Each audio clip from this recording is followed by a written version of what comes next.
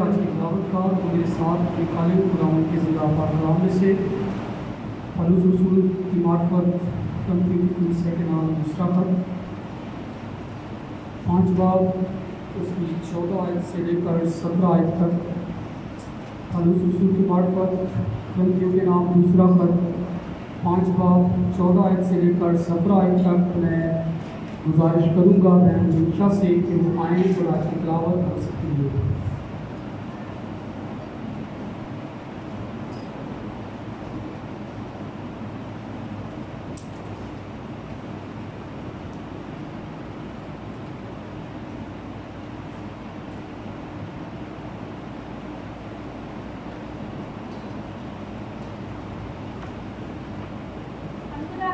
میں سے پڑھیں گے کرنتھیوں دوسرا اس کا 5 باب اس کی 14 سے 17 ہے۔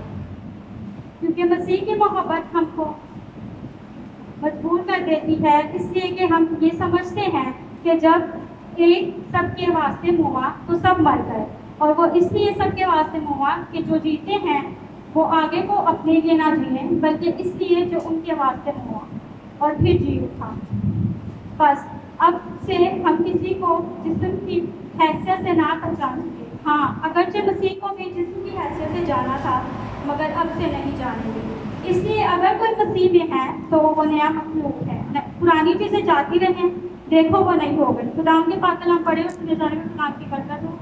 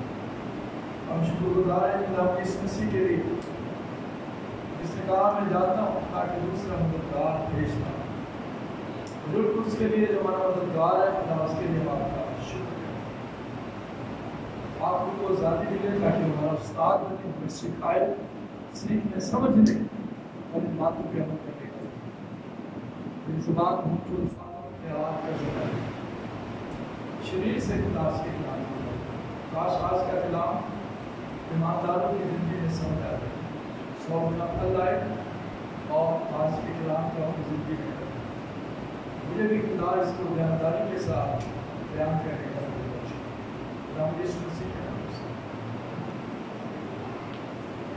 کوئی بتائے گا کہ مریم میگدلینی میں سے کتنی بدوئیں لکھی ہیں؟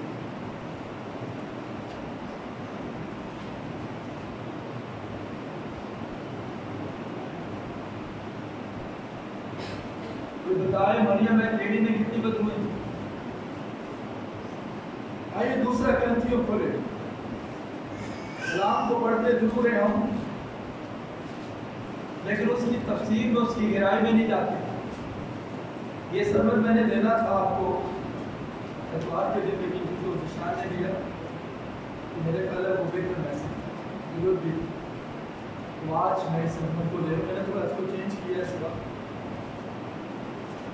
آج کا جو ہمارا مضمون ہے وہ ہے زندگی کی تبدیلی۔ زندگی کی تبدیلی دوسرا کرنتھیوں جو